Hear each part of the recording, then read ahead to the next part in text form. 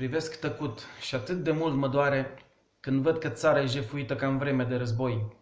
Dintr-un popor viteaz și demn atât de mare, rămas am cei din urmă, ca în vreme de apoi. Voi, minți perfide, corupte și murdare, ne vindeți tot ce nu mai e valabil. Ne ardeți și bolnavii din spitale, într-un sistem corupt, iresponsabil. Părinții își privesc copiii cum pleacă prin țări străine să-și caute menirea.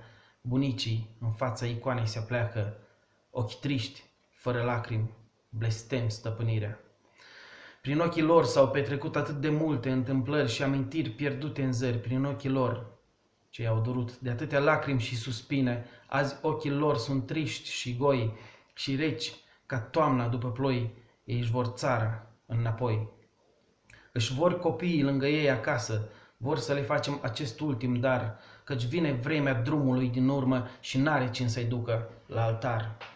Știi, oare tu, copile, cum cântă ciocârlia în dimineți cu soare prin crângul din zăvoi, cum sălcile plâng pe mal de ape albastre, când dorul sapă adânc în ochii triști și goi. Și încă ne mai cheamă în dimineți senine, țărani, cu opinci și cușme și cu baltagul în brâu, să mergem să o păzim de hoardele străine, căci țara e a noastră și al nostru e orice râu. Și cerul e aproape acolo în țara noastră. Trezește amintirea cu atâtea ape reci, ne murmură povestea cascadei cea albastră, ce ne șoptește într-una: române, să nu pleci. Ajunse în vremuri grele, nu ne luăm în brațe, nici toaca nu mai sună în deal la mănăstiri, biserica tăcută din clopot nu mai bate, trăind doar din istorii și un val de amintiri.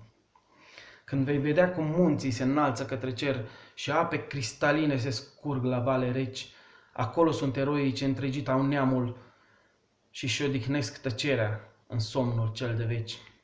Să-i păstrăm în amintiri și în suflet, ei au luptat ca să fim liberi noi. O mână de netrebnici nu pot să ne conducă, ne cerem libertatea, vrem țara înapoi. De ești român și ești plecat departe, întoarce-te acasă și nu mai sta deoparte, îmbracă-te în straiul de strămoși, să punem parul pe spate la hoți și la mincinoși. Apele sunt tulburate, pădurile-s defrișate, aurul din munți l-a scos, petrolul cu dus întors, fabricile-s destrămate și vândute în alte state.